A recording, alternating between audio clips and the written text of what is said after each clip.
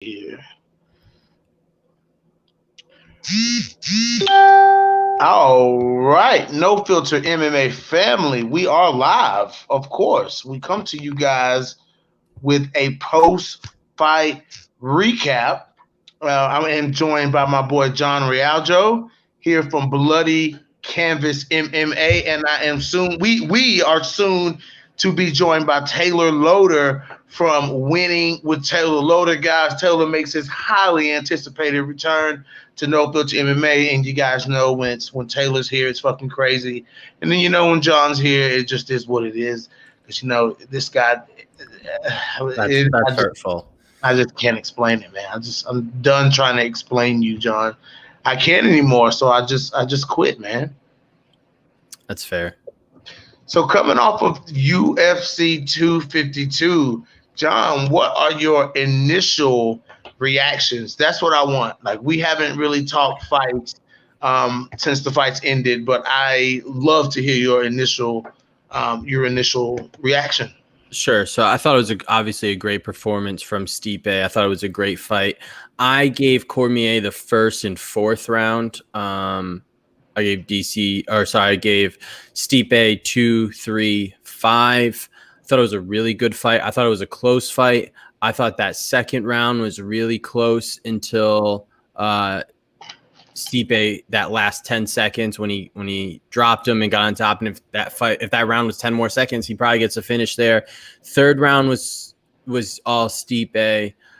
I thought the fifth round was relatively close. I mean, it was a good fight. It was a good fight. It was a good fight. One of the best trilogies.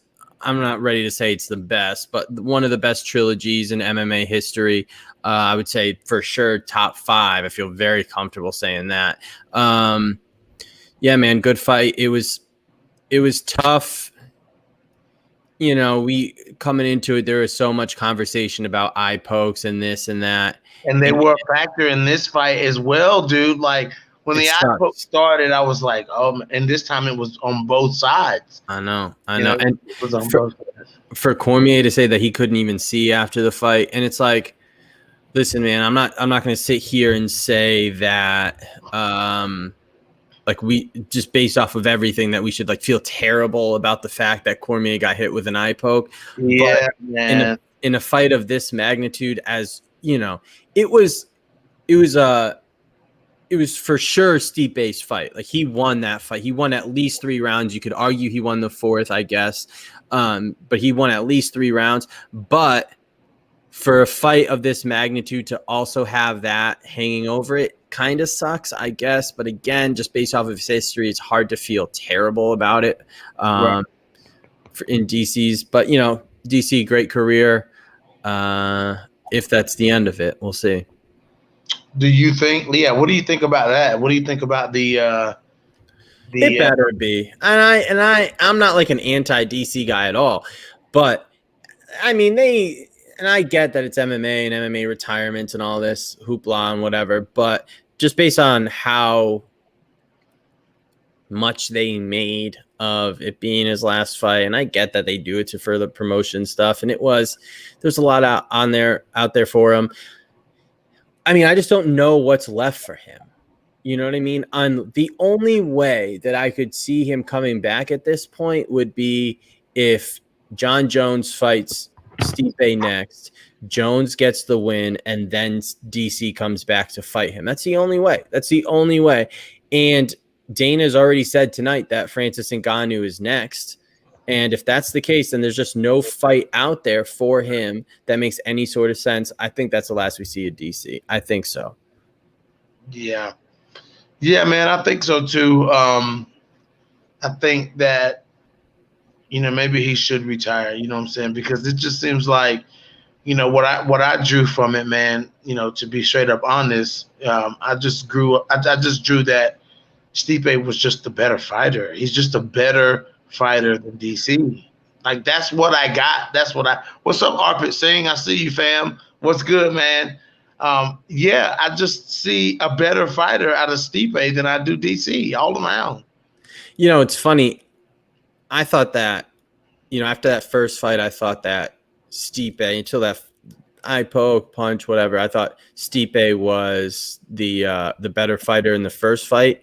And I had a moment in that second fight where I was just like, oh, DC's just better. DC's just better. And I felt that way in the second fight. And then, obviously the tides turned, but you know what the conversation is going to be now. It's going to be how DC after the first round didn't use his wrestling. That's what's. I think Stipe is a better striker, and maybe it is to the point where Stipe is good enough with his takedown defense. He's good enough with preventing takedowns that it's, regardless of whether Cormier tried to go out there and fight like Khabib, that he wasn't going to be able to do that. Maybe that is the case.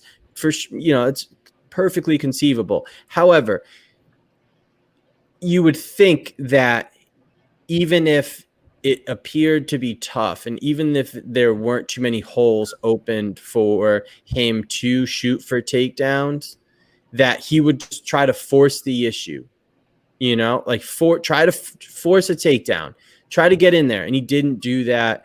Stipe had a really good adjustment working on the clinch. I think they're two of the very best of all time. I think that DC's, just kind of like a tweener between 205 and heavyweight. Stipe's a legit heavyweight, and maybe that's the difference. I don't know, but maybe Stipe is just better. I just think Stipe, man, he was very well prepared for this fight. Like, he was very well prepared, like, for anything that DC was going to throw at him. You know what I'm saying? DC tried the clinch thing with the underhook and all that stuff. And I mean, the only success that DC had was in striking, because he didn't have any success in the clinch whatsoever.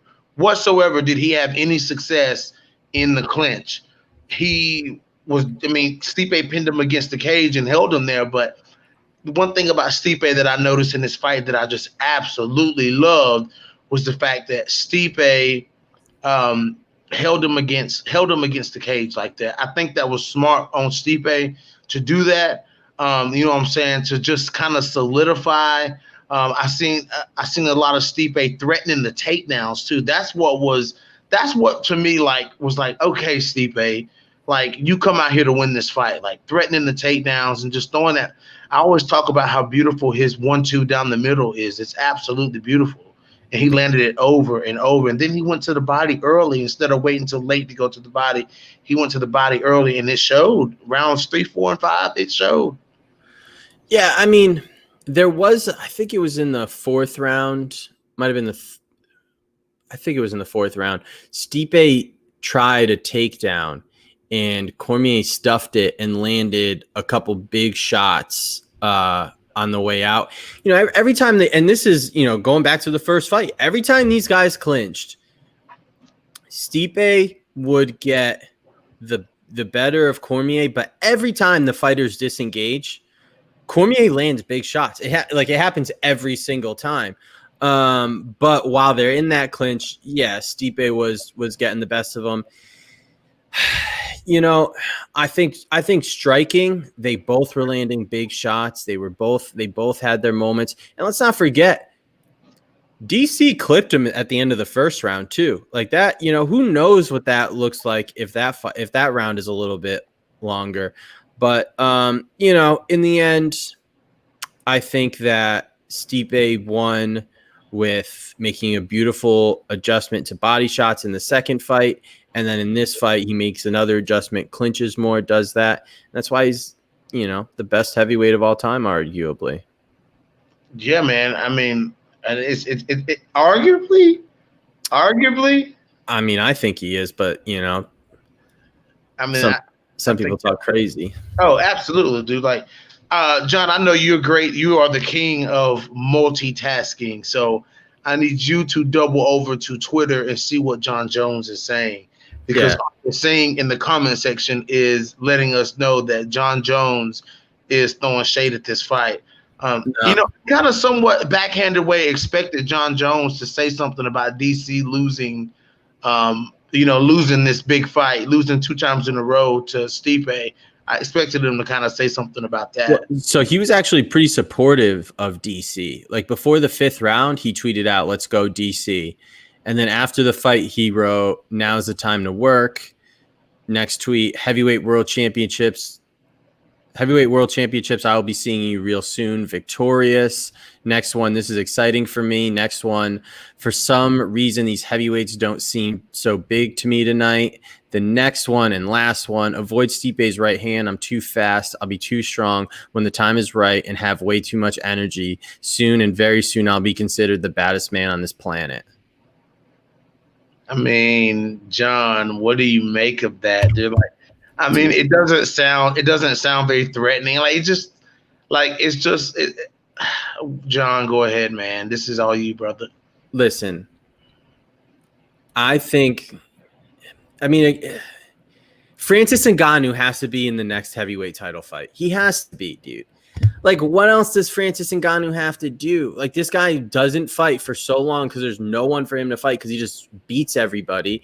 And then they throw him in there. He gets a win. And then it's like, all right, see you in another 6 months when we can figure out how to rationalize giving you another fight. No, dude, he needs to fight for the title. Now, listen, part of me was a little bit excited at the thought that Stipe might potentially retire if he had won. I don't think that's going to happen now, but like there was talks in weeks prior, rumors, yeah, maybe that it could happen. And I kind of was thinking, listen, regardless of who wins, if they vacate the title and we have a vacant heavyweight title, John Jones versus Francis Ngannou is a fight that we all want to see. Like, that's the fight that we all want to see. I get Stipe is Stipe, and that's a great fight. And if I saw John Jones against Stipe, then I'd be all on board for that too. But, like, how long are we just going to keep – what are we going to do? Who's Francis going to fight? Who is Francis going to fight? Derek Lewis? Like, why should he have to fight Derek Lewis? You know what I mean? I get that Derek Lewis kind of beat him, I guess, in the first fight. But, dude, Francis Ngannou has just – it doesn't like, dude, he deserves a title fight. So I want to see John Jones and Francis. I want to see John Jones and Stipe, but I think Stipe versus Francis is the fight that we need to see. And if Francis wins that fight, woo. Yes, but think about this though. Think about this. Stipe looked better than ever tonight. Stipe looked in the best shape that you've ever seen Stipe in. His hair was just flowing in the wind. I mean, did you see the hair? It was just majestic. He looked like a Viking out there. You know what I'm saying? He looked like a real Viking out there. Like, that was the best Stipe I think we've ever seen. I think it was. I think that was the best Stipe. Maybe you can argue the Francis Ngannou fight. That'd be the other one that I would go with. You can argue that. That's a strong argument. The fact that he was able to overcome that, you know what I'm saying? Like, but would Stipe go into a second fight with Ngannou as the favorite? Do you think he would go? Yeah, for sure. But my question is, does lightning strike twice for Stipe though? Can Stipe beat him again? And that's the problem, right? Because I think the UFC, nothing against Stipe, but I think the UFC kind of wants Francis Ngannou to be their heavyweight champion. You know what I mean? Like, and it's tough because you have Stipe who's getting older. I mean, how many more fights is he going to have? 3 at the very most, probably 1 or 2 more fights. And are you going to send him in there against Francis and potentially beat Francis? And then Francis got to build himself back up. It's tough, man. It's tough, but at the same time, Ngannou deserves a title shot. You know what I mean? You're gonna hurt Francis because you want to like potentially hold on until Stipe. What is he gonna not get a title shot till Stipe retires or loses the belt? I mean, you lost Stipe.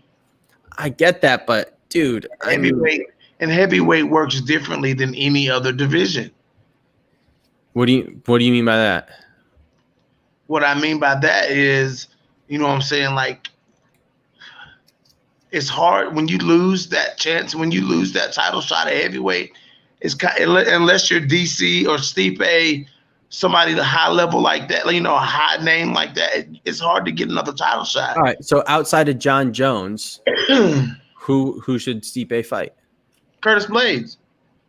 How are you going to give it to Curtis Blades when this dude has knocked or finished Curtis Blades twice, including in the first round after he lost the title? So he gets back, he finishes Curtis Blades in the first round, then finishes Cain Velasquez in the first round, then finishes Junior Dos Santos in the first round, then finishes Jairzinho Rosenstrike in the first round, who's Jairzinho Rosenstrike. I think we all we're like, whoa, pump the brakes on him after Francis knocked him out. But look what he's done in every other fight, including going 5 rounds with Alistair Overeem and getting the win there. He finishes Junior Dos Santos tonight. I mean, I think Jairzinho Rosenstrike is legit, and Francis Ngannou knocked him out in 20 seconds.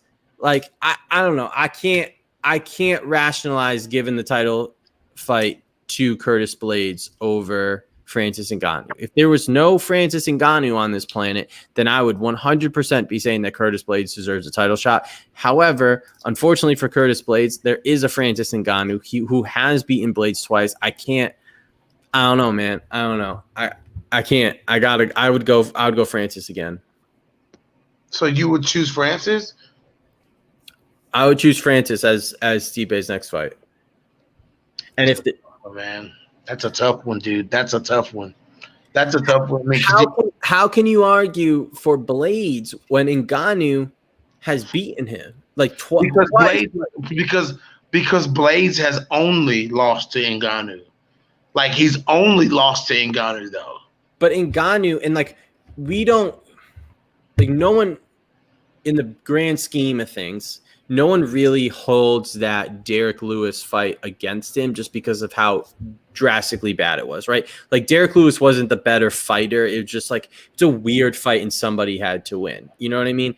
So he's really only lost, Francis Ngannou has really only lost to the champion. And Derek Lewis. But that, in the grand scheme of things, that fight doesn't really. But after that, who does he come back and beat? But okay, so and you can say the same for Curtis Blades, other than Francis Ngannou.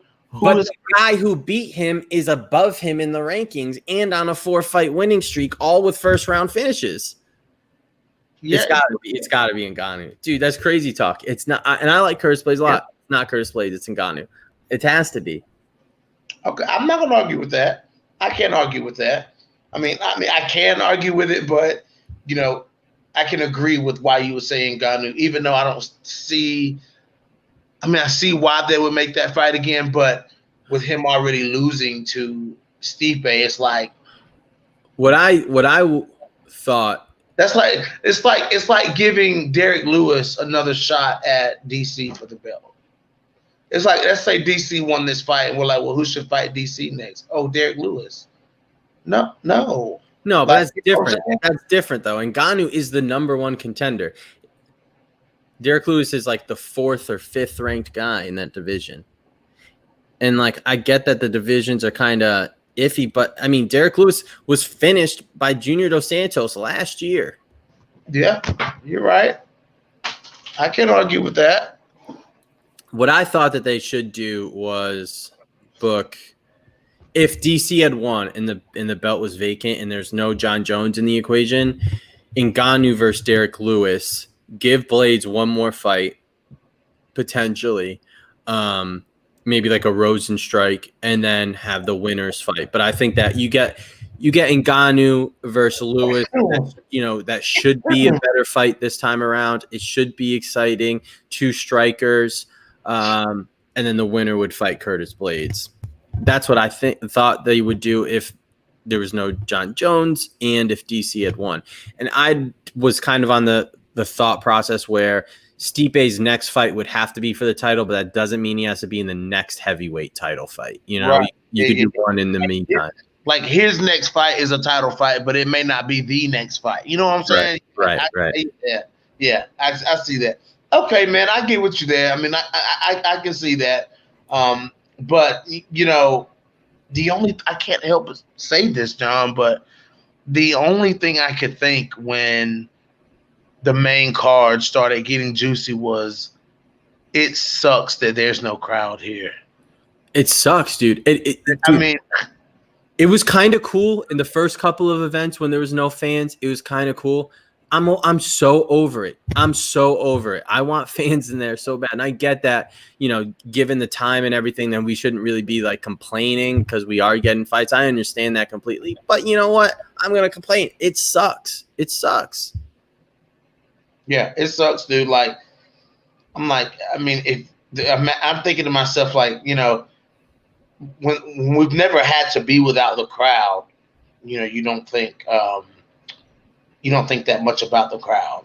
But when you haven't had the crowd for so long, it's like something is missing here. Like when Bruce Buffer was just giving it his all when he was announcing this fight, man, and just to hear silence out in the audience, it just was like, fuck.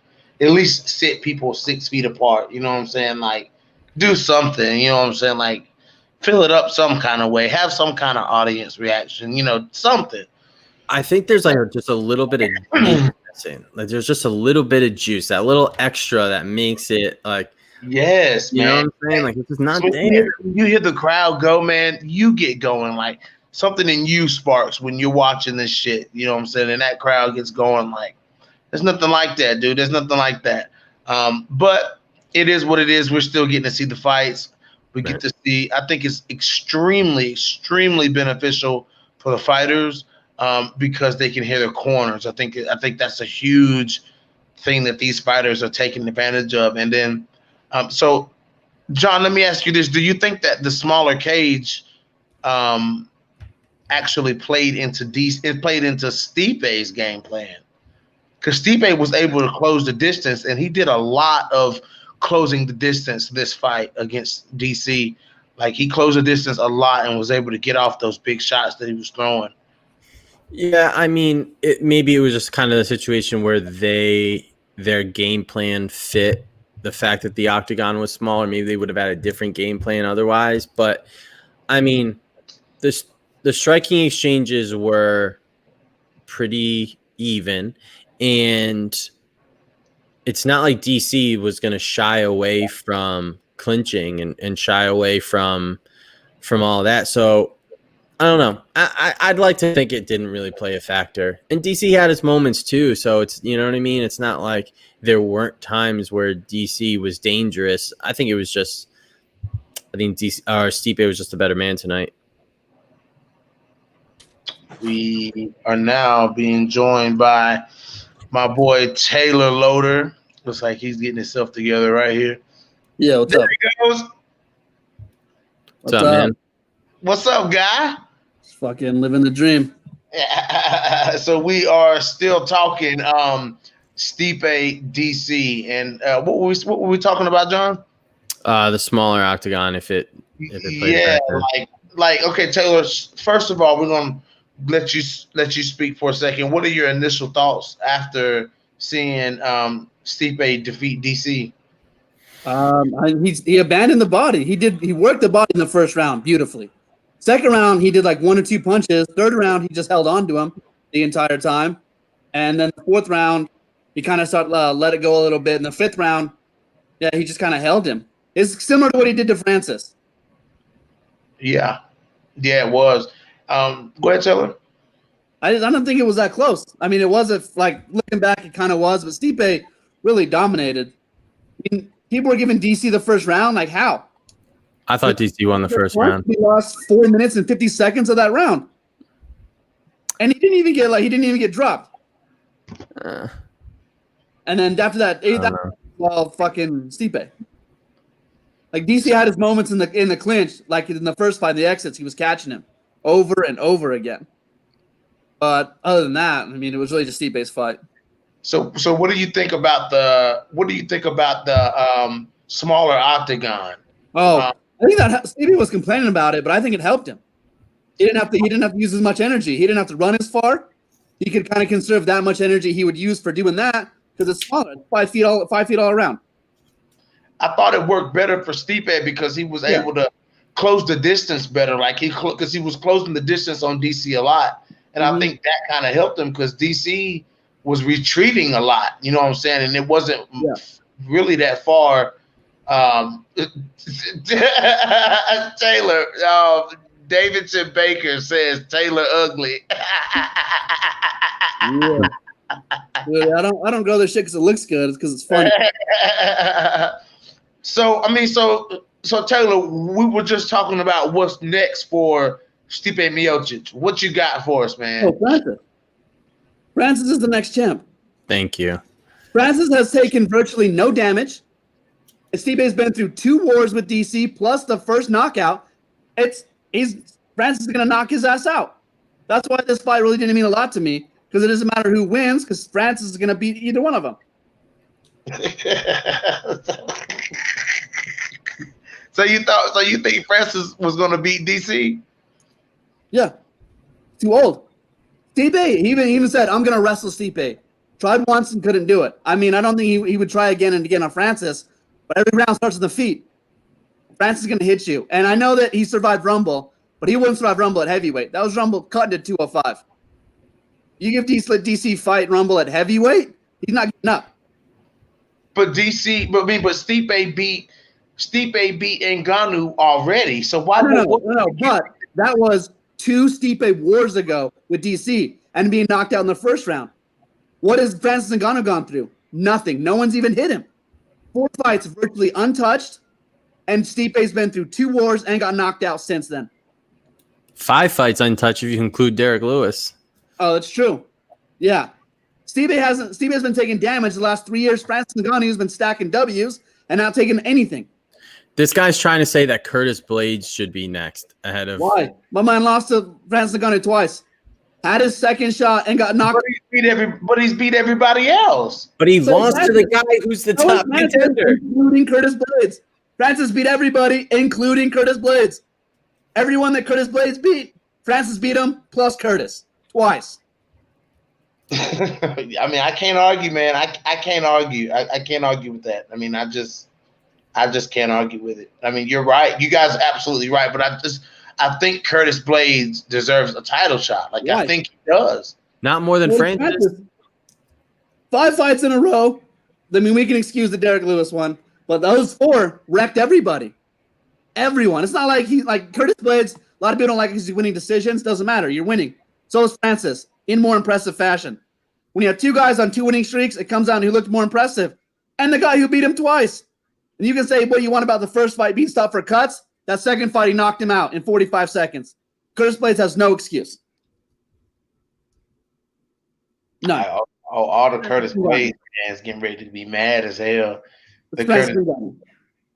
I mean, I can't argue, man. I can't argue. I see why y'all think Francis Ngannou should fight for the belt. He should. I mean, he's went on an incredible tear since, other than the Derek Lewis fight, he went on an incredible tear since Miocic. So, I mean, it is what it is. So guys, let's move to the co-main event of the evening. John, what happened? Oh God. Who the hell knows, man? I mean, I don't think until we hear from him as to how and when, like when he felt it, whatever. Obviously, his ankle rolled, and then that kind of changed the whole fight. But I don't know, man. Crazy. That sucked. And even if you're against, even if you're a Sean O'Malley hater, like if I'm rooting against the guy, I don't really hate Sean O'Malley, but if I was rooting against Sean O'Malley, I wouldn't want him to get finished like that. You know what I mean? Because now there is like that little. But he checked. I mean, but it's not like it's something that just happened, though. I mean, Chito Vera checked the kick, and when he checked the kick, dude, his ankle rolled like 10 minutes later. It wasn't that. It was like literally like 20 seconds later. Okay, 20 seconds later, his ankle rolled. Dude, that's a long time. But when he checked the kick, though, when he checked that kick on that injured area, and then the roll happened on top of that, I mean, you can't take all credit away from Chito Vera, though. Not. Oh no, he did what he had to do. But I'm pretty sure I've heard you make excuses for Macy Barber in the Roxanne Modafferi fight, and this seems an awful lot like that fight. If only Macy Barber was healthy in that first fight or the first round, potentially. And she still lost. She still lost.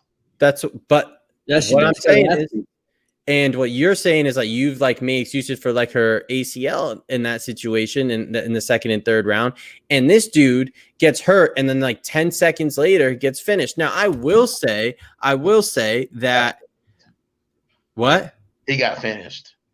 But go ahead. Well, okay, so we're gonna compare Cheeto Vera to Roxanne Modafferi when it comes to finishing fights.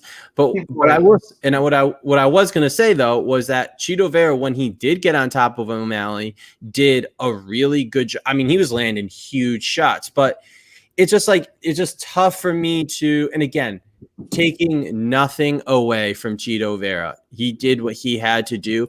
But I'm saying, from a Sean O'Malley perspective and how I view him after this fight compared to before, like I don't view him any less than I did. It's not like we saw him outclassed. Yeah, it's not like that at all. Now I'm starting to wonder about whether he's injury prone. Now that's something that's a legit concern. But as far as skill, he's gonna be out for another 2 years, dude. He's going to be out for a while. But so from an injury prone standpoint, yeah, I'm a little bit nervous about Sean O'Malley, but from a skill level standpoint, I don't think any less of Sean O'Malley after this fight. So before the injury happened, walk us through what was happening. He looked fast. He was it looked like, see, and that's another thing. It looked like O'Malley was kind of leading the dance to start, and his speed was kind of giving Cheeto fits. And then when Cheeto kind of seemed to be figuring that out and like kind of making the adjustments, as soon as that happened, we had the situation with the ankle roll. So it wasn't like we couldn't see the adjustment to the adjustment. We couldn't really see any of that because we didn't have the opportunity to. Cheeto Vera, though, I think what he was doing was waiting out Sean O'Malley, feeling Sean O'Malley out in the first round. I thought if the fight would have made it to the second round, then we would have seen Cheeto Vera. What you think, Taylor? Taylor, you're on mute. There you go. I was trying to figure that shit out. I was looking at my microphone and shit. What the fuck? Yeah, I thought both fighters looked crisp. I thought they looked clean. I didn't think Sean O'Malley was using his length as much as he should have, but Cheeto Vera was very aggressive. And the finish, I mean, yeah, he did get injured, but Cheeto Vera took advantage of it. I mean, it wasn't like, Sean O'Malley fell over. The ref called it. I mean, good props to Sean O'Malley for trying. Like, he tried to stay in that fight for as long as he could. And you could obviously tell something was wrong with his leg. I mean, he just immediately started backing up. Didn't even come forward at all. So, I don't know. Good for Cheeto Vera. I like Cheeto Vera. But yeah, there's going to be like an asterisk next to this. And if they run it back, I'll be cool with that. So let me ask y'all this then. If this fight had continued on, how do you guys think this fight would have won it? Injury or no injury? No injury. If this fight had continued. I think Sean O'Malley would have got him. I think he would have learned his patterns in the first round and a half, then started putting the pressure on him in the second round. I agree. I mean, I picked O'Malley to win, and nothing before the injury gave me any reason to go against that. I mean, it was a good fight, but nothing would have changed my mind until the injury. Women in combat sports, what's up? I'm eating pizza. Son of a bitch. I know I shouldn't be eating pizza, but I am. But it's flatbread, so it's a healthy kind of pizza. So anyway, I don't know, man. I thought Cheeto Vera was doing a really good job, man, of landing that kick to the knee, that side kick to the knee, man. He was doing a really good job of landing that in this fight. And if he had continued to land that shot, we could have seen Sean O'Malley hurt anyways. Because he landed that shot a few times. That slide front side kick to the knee. He landed it a few times. And I think he would have kept landing it because he started reading O'Malley. He started getting the hang of O'Malley, but right before the whole debacle with the injury started. So who knows? Yeah, but that's what I'm saying. So in the early part of the fight, O'Malley was clearly the quicker, faster fighter, and then Cheeto kind of started to figure things out, and then he starting to land a little bit more. But we never got to see if O'Malley, you know what I mean? He wasn't able to, okay, now this is what you're doing. Here's what I'm going to go now. It wasn't, we never got to see that part of the fight, which quite unfortunate, man. I was looking forward to that fight. I was looking forward to it too. And one thing that kind of gave me goosebumps was just the look on Sean O'Malley's face when he stepped into the octagon. I was like, ooh, like Sean O'Malley is looking mean as fuck. Like he's looking mean as fuck. You know what I'm saying? So, I mean, I don't know, man. This was my heart picked Cheeto Vera to win this fight because I like Cheeto Vera. I've always liked Cheeto Vera. I don't talk about him much, but always liked Cheeto Vera. But I think he would have, if this fight had progressed on, I think we would have saw what everyone was saying, that he for sure would have been Sean O'Malley's hardest test to date. Yeah, I agree with that. But that's what made it so exciting. Yeah. What do you think, Taylor? Yeah, it's the same.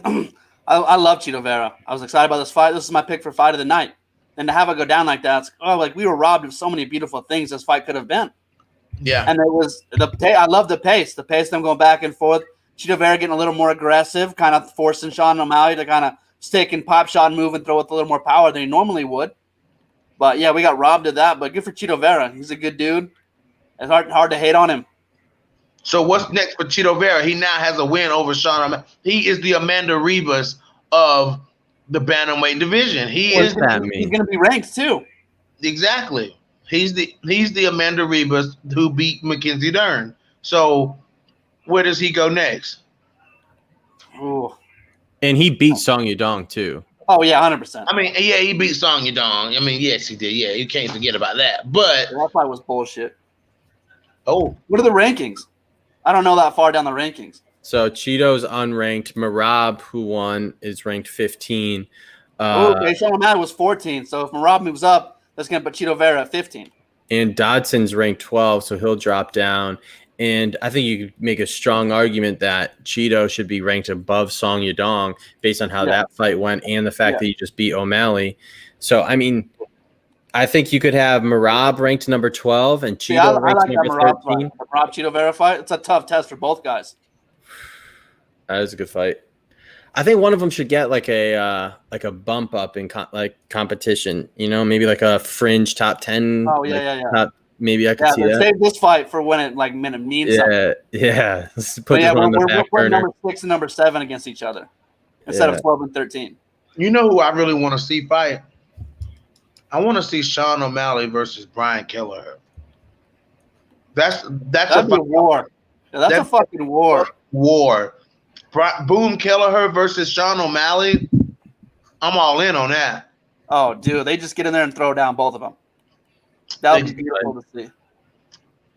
So let's talk about Rosenstein versus JDS. Taylor, I thought JDS is going to put more of a pace on him. I thought he'd put a little more heavier pace on him, kind of like Overeem did, and then just kind of wait for the counter.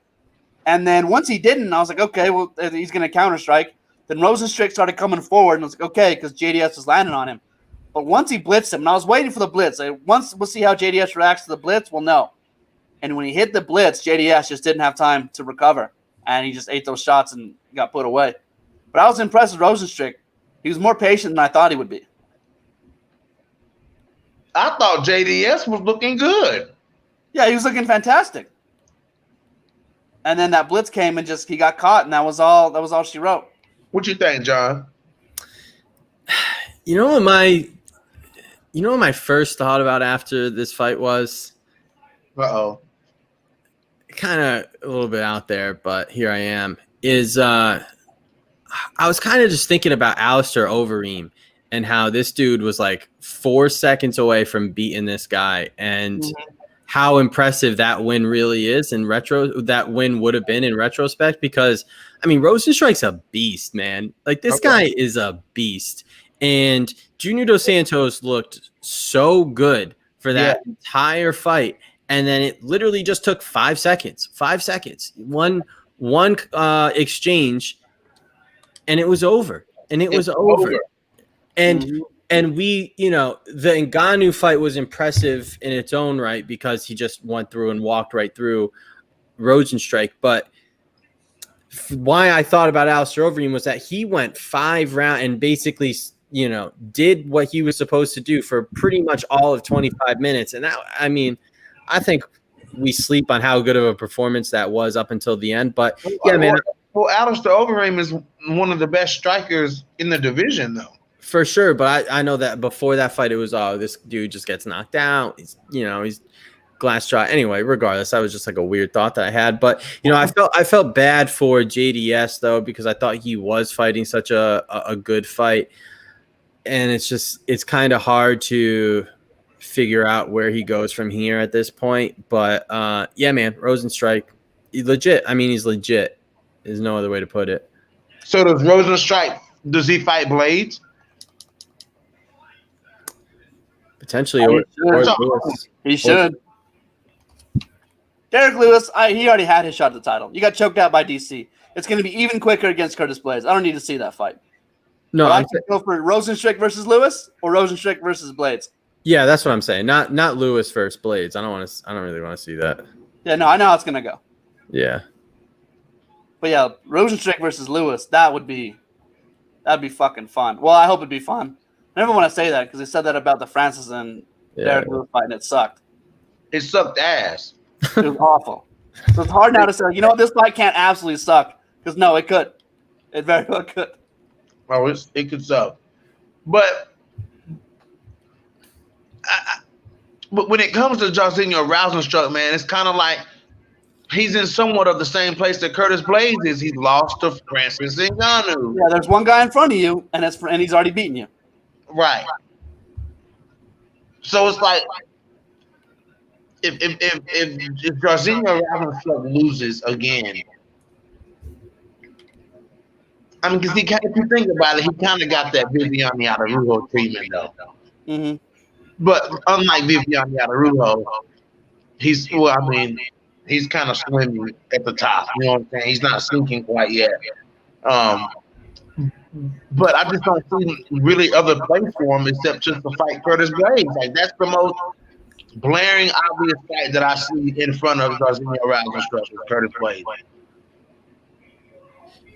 That's because I mean, you're not getting a title shot without going through Curtis Blades, unless you're Francis Ngannou. Right. I feel like anybody coming up is going to have to fight Curtis Blades. Mm-hmm. It's like the top 5 gatekeeper. But I mean, you have to give Blades either Derek Lewis or Rosenstrike. Who does the other one fight? Taylor, you're out. That's true. Yeah, someone's left out because there's only 3 of them. Yeah. Somebody's left out. I don't know, man. Heavyweight. That's why part of me. Taylor, you're at one, buddy. Oh, am I? Yeah. Go ahead. That's why part of me was kind of hoping that DC would win and vacate, and then maybe Stipe takes some time off, and we get Ngannou versus Lewis for the belt. Kind of, freeze things up. Yeah, something like that. Because, I mean, it's just been as great as this trilogy has been, other than it's bad for the division. It is, man. Other than that Derek Lewis fight that I always forget happened with Cormier, it's just like, I mean, this division starting to like get packed with guys who it's like, all right, well, this guy is, clearly the top guy except for this one person right above him, and it's just getting backed up. Well, you're not going to talk Francis Ngannou when taking another fight either. Right? Why would he? It makes no sense. 4 in a row, all first-round knockouts. I did my job. I'm not taking another fight. I didn't think he was going to take the Rosenstrike fight. That one surprised me. That surprised me too, dude. It surprised me that he's a monster. When Francis was like, fuck it, and knocked him out in 20 seconds. So France's next fight is for the title. There's no doubt. Has to be. Yeah. Unless you get crazy with John Jones. Curtis Blades shouldn't take it for another fight either, but he's gonna have to. Uh-oh, Taylor. What'd you say, John? I said the only other thing that Ngannou has is like if you did John Jones, if they did that fight, like then I would accept it. But John Jones might come up for a title because they're gonna make him give up his title if he just comes up to heavyweight. Right. So I don't think you're gonna get John Jones to heavyweight unless it's for a shit ton of money or you're giving a title fight right off the bat. Right. I agree. Crazy. Crazy division. Wow. So if they were to give John Jones a shot against Stipe, who wins that fight? John Jones. John Jones doesn't take damage. Stipe's been taking damage for 4 years. It's only a matter of time. He took damage from Dominic Reyes. Yeah, but it wasn't as bad as half the damage that Stipe took in the second DC fight. Stipe takes way more damage than any of these guys. He does. He does. I give you that. And you tell me John Jones isn't going to light his fucking knee up like a Christmas tree? Look, it's going to be the same fight he fought Rampage with. He's going to keep a distance and just attack that knee until there's nothing left, dive on it, and choke him out. It's a tough one, man. Stipe's gritty, man. That's a gritty motherfucker. The only way Stipe is going to have a chance is if he gets in John's head and makes him throw down with him. If he goes toe-to-toe with Stipe, my man, there's a difference between Thiago Santos cutting a 205 hitting you and Stipe Miocic hitting you. If somehow Stipe could talk John Jones and they're just throwing down with him and ignoring technique, Stipe has a shot. But if it's the same John Jones will come in, use his length, and you're not going to be able to touch him. Side note here, guys. I want to say something real quick. Did you guys see the promo for Costa Adesanya? Oh, yeah. Fire. Oh, September 26th, baby. Paulo Costa's taking the his. That's just fucking wild. Like, I watched that promo, and I was just like, okay, like, when you see it like that, like, when they show it like that, I'm pretty... But yeah, before that, it's an idea. Once the promos, it's real. Like, this is happening. Yeah. Ooh, And it's like... I'm so fucking pumped. It's like, I'm pretty one-sided when it comes to this fight. You know what I'm saying? Like, I'm horribly one-sided. I'm on Paulo Costa. But the promo can test that. Like, a promo can test your loyalty sometimes. You know what I'm saying? Because when you see those beautiful highlights from Israel Adesanya, it's like, oh, I know. And then, but when they switch to Paulo Costa's highlights, I'm like, oh my God, dude. Like, oh, I don't know, man. What do y'all think about those promos? I think that two of the more underrated moments during a pay-per-view fight week is when Dana White drops the cold open on Friday, and you get to watch that. And the other one's when they drop the promo for the next pay-per-view. They typically do that. Mm-hmm. And, oh, my gosh, it's something like, you look forward to pretty much every event. And, man, they don't miss with these promos. They don't miss. I'm waiting for one where I'm just like, all right, yeah, it was all right. Man, in a fight like that, it's like that's a hard one to miss. You know what I mean? When you have Paulo Costa and Israel Adesanya, but they did a better job than I think I could have asked for. I think so too, man. I mean, just I knew they had like the altercation when he fought Romero, but I didn't know he got in the cage and called him a piece of shit. Yeah. Me. But he was like, fuck you, you piece of shit. I was like, oh shit, because I knew they were talking back and forth when he was in the cage. I didn't know when he got on top. He just pointed at him and called him a piece of shit. Called him shit, bro. Like, this is legit beef. This is the best two guys in the division right now, and they get a throw down for the middleweight title. Who you got, Taylor? Oh, Paulo Costa, dog, all day. All day. I'm glad somebody agrees. I don't know how you can escape, man. The man doesn't get tired. He throws down with Yoel Romero and looks as fresh in the third round as he does in the first. But for some reason, Taylor, people just think that Izzy is just gonna never get hit by Costa in this fight. Like, I know. People just go on record and say, Costa has to hit him. I'm like, who hasn't Costa hit that name one opponent that Costa stepped into the octagon with that he did not land on. He's got 25 minutes. He's gonna hit you. Go ahead. I can see John just listen. I'm listening. I also think that, and Taylor, I haven't heard you say this, but BJ, I know for sure you feel like if he lands one time, it's just going to be like done. I think that's outrageous. You think it's a foregone conclusion? No, I think the one's gonna put him against the cage. The other one's gonna rock him, wobble his legs, and the third one's gonna put him to sleep. Not gonna catch him just one and pray. He's gonna corner him and beat the shit out of him like he did to Romero. It's not gonna be one hit. He's gonna cut the cage off, use ice and Bob, get in there, put him in a corner, and just unload on him until he moves, and then do it again and again until he's unconscious. That's what I'm saying. Like, Costa's going to do the same thing. And no matter how precise, how fast, how clean Israel Adesanya is, he going to feel Paulo Costa. Like, he's going to feel it. And I feel like he goes down, man. I feel like we'll see him fold in this fight with Costa. We'll see him fold.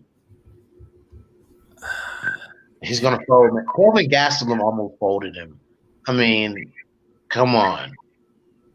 If Kelvin can land, so different fight though. Different fight. It's a different fight. But is there a?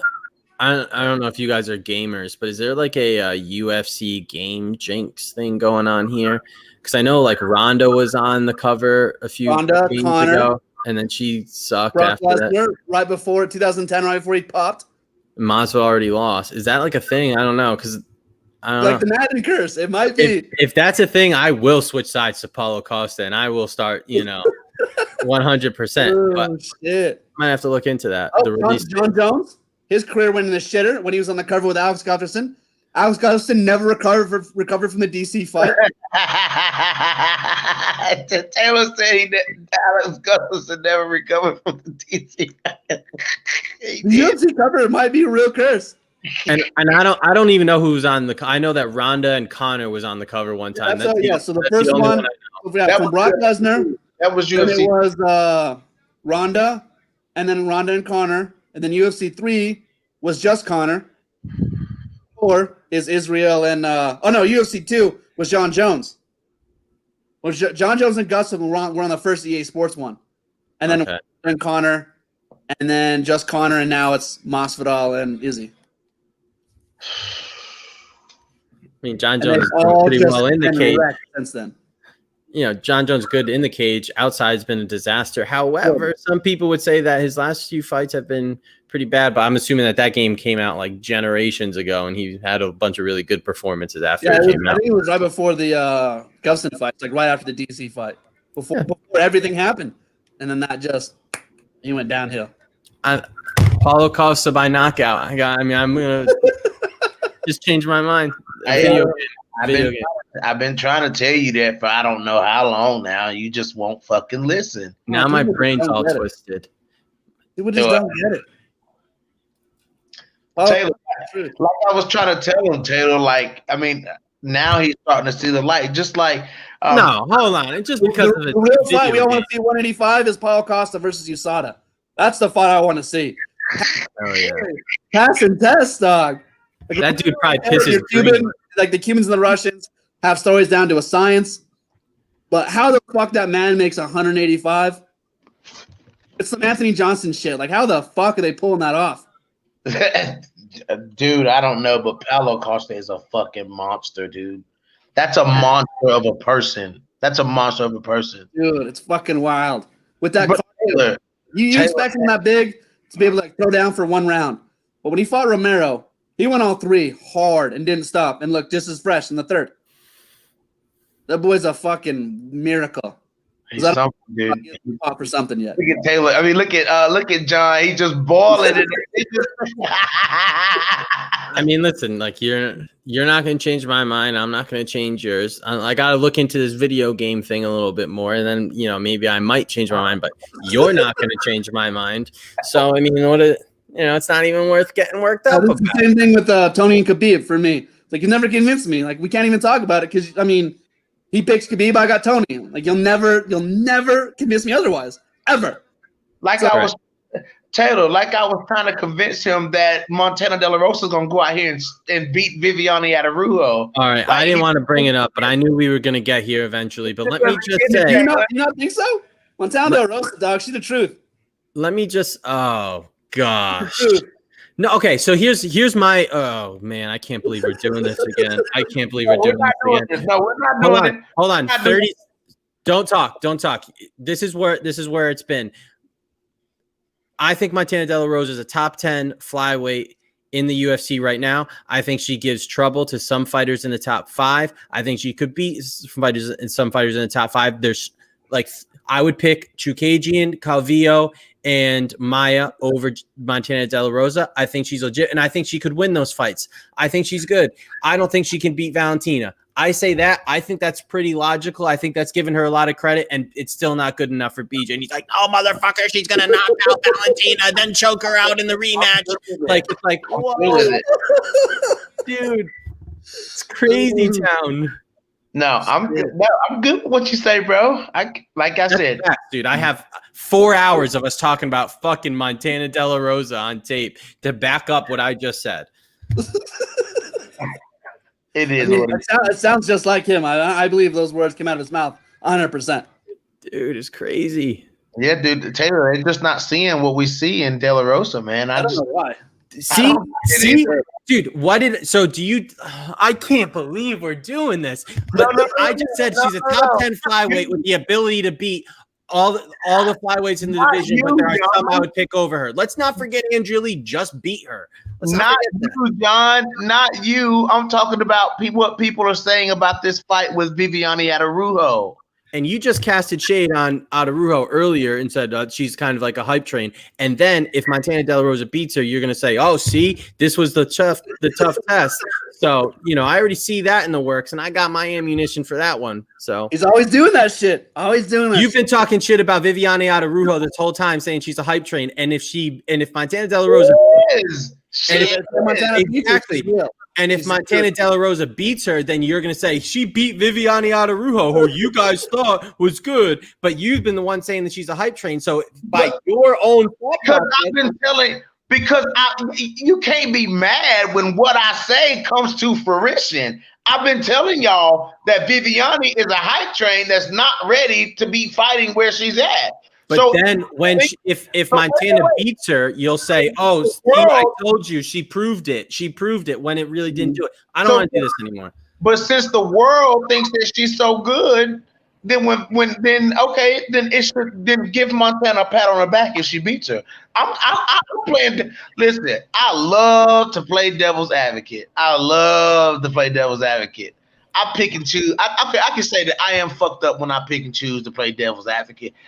I do that, but it is what it is. But I like to use what people say against them. So anyways, guys, I want to talk about the hype train derailment tonight of Herbert Burns. What did you think about that performance, John? Trash. Oh, boy. Dude, he missed weight by 100 pounds and then looked horrible in the fight. I mean, potential injury, potential... who knows what, but if I have to grade that performance, F. I mean, it was terrible. The whole fight week for him was terrible. He missed weight by a bunch. He looked kind of sloppy in his body in the octagon. Even Rogan said something, and then there were grappling exchanges where he just got dominated by Pineda. Terrible performance from Herbert Burns. What you think, Taylor? Oh, Sam, I think Daniel Pineda looked fantastic. Took the fight on short notice, cut the weight, made weight, and then just dominated him. Put him in that crucifix and just fucking threw him down with elbows. Yeah, Herbert Burns, what the fuck are you doing? Like, I get your Herbert Burns' brother. That's not going to get you very far. That gets you signed in, but now you have to do the rest, and he just didn't do it. Didn't make weight. Looked awful. Didn't look like he was even trying. Like, yeah, good for Daniel. What was years out of the UFC. And came back and it looked fantastic.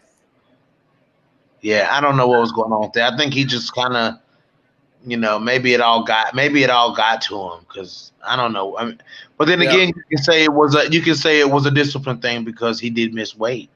So maybe he's injured. Who knows? But maybe he hadn't disclosed an injury. So it appeared to me though like it was someone who it just the whole situation came off in the past 2 days came off as a fighter who has won a couple fights in the UFC, whose brother's right about to fight for the title in a different division, kind of feeling himself a little bit, and not really taking it seriously. Yeah, exactly. Not giving 100% when he should have. Right. I agree, guys. I guess it is what it is on that. On another fight that I wanted to mention that stood out pretty well. First of all, who do you think Herbert Burns fight next? Who would be a good matchup to kind of get Herbert Burns where he needs to be, to really, bounce back from that, because that was really kind of embarrassing for him to be riding on this wave that his brother's riding on, coattailing off of that. You know what I'm saying? That was pretty embarrassing. I would like to see, and maybe this is just selfish because I want to see this guy fight again, but I would like to see him versus Crone Gracie. Oh, I like that. Couple jiu-jitsu guys going at it. I think Crone would beat him, but that'd be fun though. I mean, the scrambles would be fantastic. And Crone Gracie has really incorporated striking into his arsenal. He's not the best, it's not clean, but he'll pull a Kobe Covington and stand and bang with you, and you know what I'm saying, make it interesting. He did that his last fight. He made it very. Who did he fight his last fight? That's why he started focusing on striking. Yeah. Swanson lit his ass up. Yeah, he did. But Crone Gracie, I like the fact that Crone Gracie is trying to become a mixed martial artist. Josh Koscheck did the same thing. Right. Ref some MMA and just learned boxing. Right. I know how to wrestle. Crone Gracie's, I know how to do jiu-jitsu already, so he started working striking. Right. But yeah, it's good that he's taking it serious and not like fucking Herbert Burns. I think the biggest winner tonight, other than the main card guys on the prelims, I think Danny Chavez picked up a big win tonight over TJ Brown, and I think Vince Pichel picked up a huge win over Jim Miller, man. I mean, what a great performance that Pichel put on, man. I mean, I think Jim Miller, man, I think we should be looking about, maybe Jim Miller should hang it up, man. Yeah, I don't know. I think, before the pandemic, he can get one more fight on the East Coast or somewhere in Jersey where he's from. But now, I don't know. Yeah, he's just caught. But yeah, Vince Pichel, good for him. Look good. I thought Jim Miller should have retired after the Clay Guida fight. Yeah, me too. When he caught him, it was perfect. Yeah. But Pichel looked very, very good today. Chavez looked great. I thought the biggest winner on the prelims was Verna Jandiroba, though. That was impressive as shit. Oh, yeah, that was great. Not to take away from that fight, but I really think Ashley Yoder got robbed.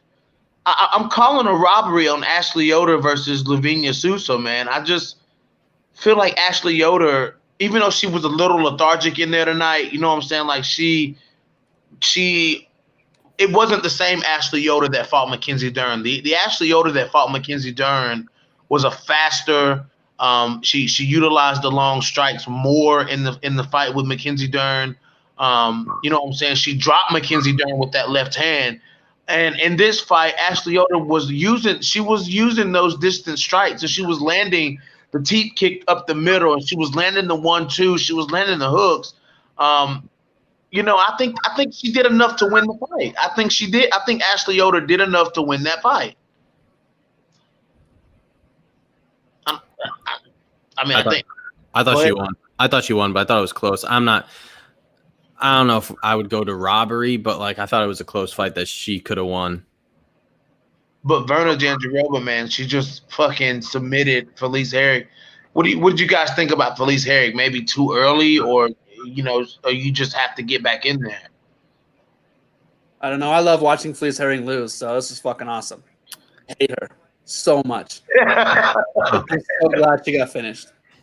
Have you guys heard about or listened to Ashley Evans Smith's podcast? Fill me in. I'd actually recommend it. It's called Sex and Violence with Rebel Girl, and she gets like these fighters on, like, and they just talk about like fucking. It's kind of crazy. Yeah, and she's had Felice Harrigan, like she's had Cynthia Calvillo, Nina Ansaroff, Tim Elliott, and Gina Mazzani, like crazy. It's wild.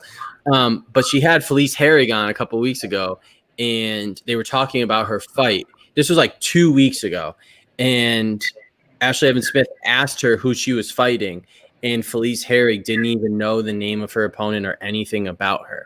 And I was like, do you not know how good of a jiu-jitsu practitioner you're about to fight? And you don't even know her name or anything about her, not even a fun fact. And it kind of appeared like, I mean, Jandiroba just took her down immediately to start the fight and then just dominated until she got the armbar. It was impressive stuff, man. I was a little bit disappointed when I heard Felice Herrig say that. And at that point I was like, dude, if this girl doesn't know anything about Verna Jandiroba, she's gonna get submitted. Well, go ahead, Taylor. I said, and she did get submitted. It was fantastic. Well, the thing about Jandiroba, though, is Jandiroba lost that fight to Carla Esparza. So I think that she kind of overlooked Jandiroba, like, okay, well, she lost to Carla Esparza, whatever. I mean, Carla Esparza is really good. She's a top-level strawweight contender. You know what I'm saying? One of the best strawweights in the world.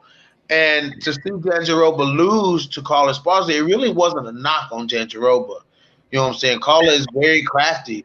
I think Felice Herrig slept on that. I think Felice Herrig just took Verna Jandiroba as another girl from Invicta, whereas Jandiroba was top of the heap at Invicta. You know what I'm saying? So, I mean,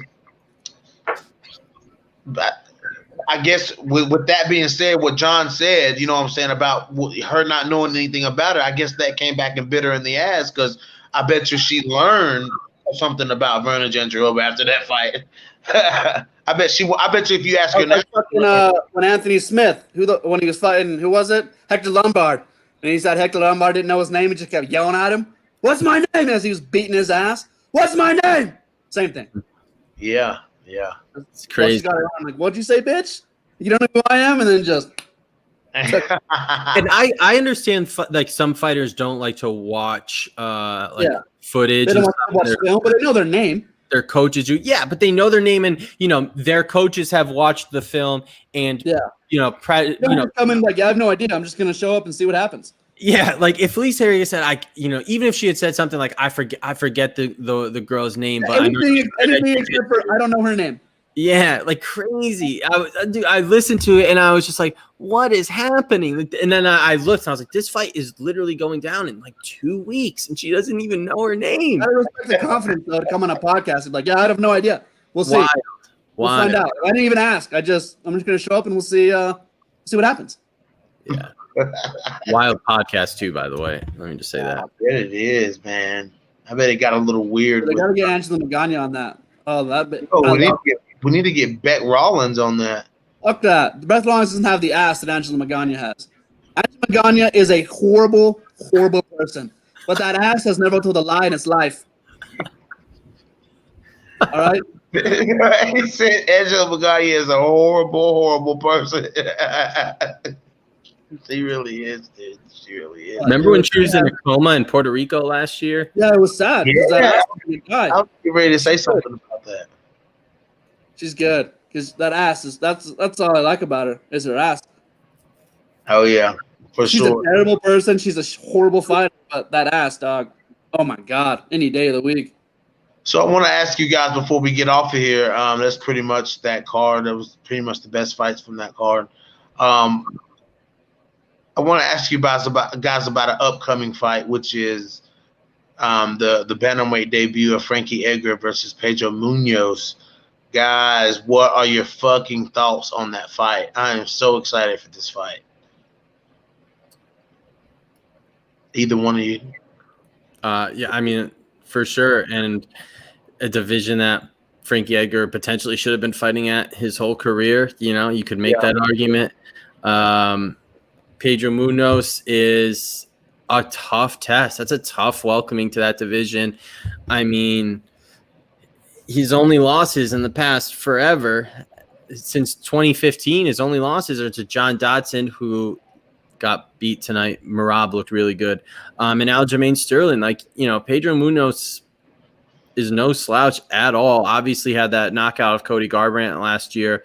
Like, this is a tough fight for Frankie Edgar, but a win for Frankie Edgar, and he's right in the mix at bantamweight. Yeah. Edgar. Yeah, it's crazy, dude. I can't fucking wait. I can't wait to see this fight. I actually think Pedro Munoz beats Frankie Edgar. I think he'll beat him. That's because you say wrong stuff all the time. I do say wrong stuff. Frank Edgar's my boy. I think he's gonna classic Frank Edgar. He's gonna strike him, beat him with numbers, and go to decision. I think I'm a little premature saying that. I want to see how Frankie Edgar looks after he cuts to 135. As he cuts 20 pounds? The kid weighs 155. He's going to cut 20 pounds? And going to yeah, you're right. You're right. I want to see it. I want to see it. So, if you had to guess what the odds were of that fight, I'm looking at Frankie Edgar's got to be the underdog, right? Oh, for sure. I'd go like plus 230 on Frankie. It's plus 200. Munoz minus 240. Yeah. That's interesting to me. Did you guys also see the booking of Korean Zombie and Brian Ortega? Did you guys see that fight's official? My God, that fight's been booked 3 times. I don't give a fuck until I see him in the Octagon. Luckily, if that fight doesn't happen that night, that's the same night that Lomachenko fights, I think. So if we don't get that, we can watch Lomachenko anyway. But you can watch all day, dog. I don't watch that trash. You know what? Mean that trash, dog? Let's say Lomachenko's the best boxer walking this planet right now. Are you fucking kidding me? That boy, all he does is win gold. There's like 5 or 6 boxers that I watch. Me too. Simulenko, Lomachenko. Even though I fucking hate him, the Gypsy King, Deontay Wilder, and then fucking the Charlo twins. I like Canelo too, but I mean that's pretty much it, right? With what you said, I like Shakur Stevenson. I like Shakur Stevenson a lot, actually. I kind of like him. But and then that other one, Terrence Crawford. Yeah, him and Earl Spence Jr. Yep. I like those. Yeah, there's a handful of boxers out there that I'll watch. Yeah. I'm not tuning in the PBC Friday night fights. Hell no. And I'm not watching an undercard either. Oh no, fuck that. I'm here for one fight. Yeah, I can't name 5 boxers. Yeah, come on. I mean, not current boxers. You can probably name 5 boxers, but not that are boxing right now. Yeah, I can't. Yeah, I can do that. Oh, Mike Tyson, Roy Jones Jr., November 28th. Yeah, they're active. There you go. Yeah, they're active. Name them. He said they're active. I mean, are they? But would they be considered active? I don't think that fight's going to happen. It's an exhibition fight, so it doesn't go on anyone's record. That's why they're doing it. I don't think it's going to happen. I do. Yeah, well, Apollo Creed and Ivan Drago was supposed to be an exhibition. Some guy died, so who knows? Mike Tyson doesn't hit that hard. No, I didn't anybody when he was 18. He's not going to do when he's 51. They already pushed it back. I don't know. I'm getting a little scared. Does anyone know why they pushed it back? I assumed it was for Corona, but I didn't ever look into it. I don't know. I mean, I could be because they have 2 50-year-olds fighting in no states, dog. Yeah. After Chuck and Tito, I was right about to say after that fight. No, we can't have half-dead 50-year-olds just face down on the canvas. At the same time, the fact that that fight got booked, and maybe anything's possible when it comes to booking fights. No, honestly, that was before the pandemic, though, and that was in California. California's locked the fuck down now. It's over. That oasis is closed. Yeah, good luck. How old are these guys?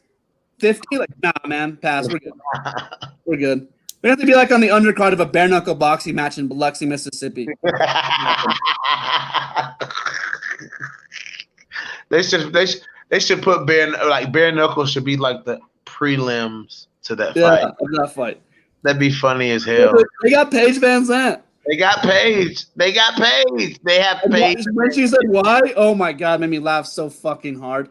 So what was her why? I didn't pay much attention. She said because everyone in the UFC and everyone in the media thinks I'm just a pretty face. So I'm going to go to bare knuckle boxing, where it's the most bloody and scar-leaving sport in the world, to prove that I have more than just this face. All right, bitch. Good luck. But you don't. You don't. Fans and just get out of fighting. I don't even think that it was necessarily like a horrible move. If she's getting paid what they're saying she's getting paid, like that's fine. Like do your thing, but like just say that I'm getting paid. The only person who's ever been about that was Ryan Bader and Rory McDonald. They both asked why they left the UFC, and they said money. Everyone else laughed, like, oh, I just want a new opportunity, sponsorship. And they were like, dog, money. That's why I'm here. Yeah, just say that. I'm money. And Scott Coker paid him. Yeah. Yeah, and Scott, and they were like, yeah, money, dog. I'm here for money. Ryan Bader knew he was never going to be a champion in the UFC in his fucking life. He's a 2-time champ at Bellator, making stack. Exactly. Good for him. Exactly. Yeah. But yeah, no, just be honest. Don't come up with this bullshit about you in a pretty face. It's like, dog, they pay me a shit ton of money, so we're going to try it out. And when people say like, oh, you don't like Paige VanZant because you're jealous or stuff, like people don't like her because I don't like Paige VanZant because she's an annoying cunt. And when we get the fuck on Instagram, telling her fucking gay ass chicks and shit. I don't give a fuck. Let me see your tits. That's what we have now. Stop taking those weird pictures with your fucking husband. He's a tool. Okay. Anyone who says sign me to the UFC because I'm, in his words, Paige VanZant's man, go fuck yourself. You literally tweeted that to Dana White, dog, and I knew you were serious. You can say it's a joke now, but you were serious in the moment. You wanted to be signed strictly because you're Paige's boyfriend. Yep. He sure did. Austin Vanderford's a good MMA fighter, but if that's your first introduction to the world, that you're Paige VanZant's man, dog, go fuck yourself. Hate him. Or just worship the ground that Paige walks on. I'm just like, I don't know why. I'm just like, okay. But bare knuckle boxing, dog, we'll see.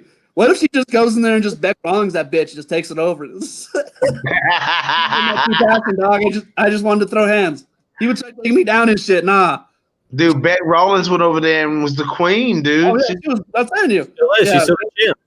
Yeah, Paige VanZant's just gonna go in there and just like, all right, bitches, let's get this going. And she got beat so easily by Amanda Ribas. God. Like it was nothing. It was nothing. Like there wasn't like that wasn't Paige. It was like the Paige before Dancing with the Stars and the Paige after Dancing with the Stars. You can't take people down in bare knuckle boxing. It's only striking. Right. Is it kicks or is it just boxing? No, it's just boxing. Oh, she is again kickboxing. That's her thing is kicks. Take those kicks away. She ain't gonna do shit. Nothing. She ain't gonna do nothing. But I'll tell you what though, if she actually is in a couple of like bloody wars, it'd be dope. People will give her credit. And when Rose was beating the shit out of her, she was fucked up. People will give her credit though, and I think that she can turn around like a lot of people that don't like her. If she's in this and she's like legit about it and has a couple of these battles, I think she'll start to turn people around. But then they start posting on the gram and then this and that. And I just want to get this off my chest. I also feel like it's crazy to just, if you don't like Vanderford, when people don't like him, everyone just says, well, you're just jealous that he's with Paige VanZant. No, I'm not. I was jealous of Cody Garbrandt, but Cody Garbrandt's awesome. I think that's crazy because it's like, you know how many hot girls there are in this world that are dating guys, and it's I don't hate all those guys. Yeah. I don't hate every guy that's with a hot girl. Yeah, I want one that's terrible at fighting. No, I can get another one. That's crazy. You're just jealous. Like, jealous of what? Nothing. Have you seen the fucking tattoo on his throat of the eye? So we're supposed to say that Austin Vanderford is just perfect, and he's the guy who deserves to be in the UFC. No, he doesn't.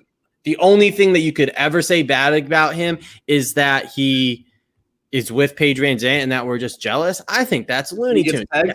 Now, I will also say that I am nowhere near as against Austin Vanderford as you are, Taylor. I am. I fucking hate him. I don't really care. But, he's a good fighter. I heard him outside the cage when he fights in Bellator. Kid's phenomenal. He's an amazing wrestler.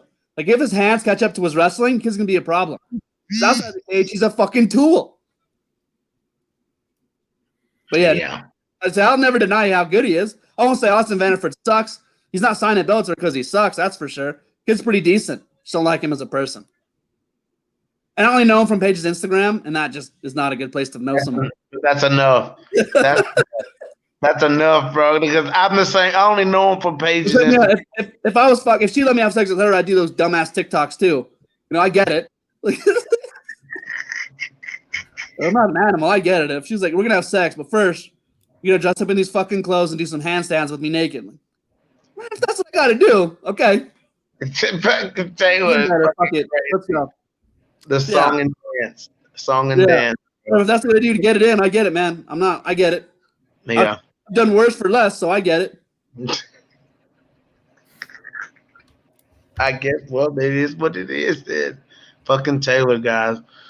Well, guys, any final thoughts on 252? We're going to close this thing out. It is what it is. Great card, though. But any final thoughts? Stipe's the GOAT. He's all right. Good card. Really good card. My picks were trash on the main card. Oh, dude, I got 4 right. And 3 of them were on the prelims. I think one the first one. I only got the Munoz fight right. Everything else went to shit. So I was perfect until the featured prelim, and I had picked the last 4 Jim Miller fights wrong, and I thought Pichel was going to win. So I switched to Jim Miller, and I got that fight wrong, and I was like, this is going to be the card. I'm going to get one wrong, and it's going to be because I switched. And so, but I picked Marab, and then I picked the rest of the fights wrong. Yeah, I got 4 right. 3 of them on the prelims. I went 3 and 3 in the prelims, and 1 and 4 on the main card. You picked DC to beat Stipe? Yeah, because I wanted an open division. Fuck Stipe. You're too old. You sound retarded. You need to stop taking punches. You need, for your kid, to stop taking punches. You're right. I think it's also, you know, looking back, as close as the striking exchanges were, if he was able to implement wrestling a little bit, then, you know, that fight is possibly his. Yeah, 100%. I mean, it was, listen, man, like those guys are just so freaking good that it's like any given day, whoever's game plan's working better that day. Oh, yeah. It's not like a, I don't think that picking DC was that crazy of a pick. No, he already KO'd him once in the first round. Yeah. And he was beating him pretty easily the second time.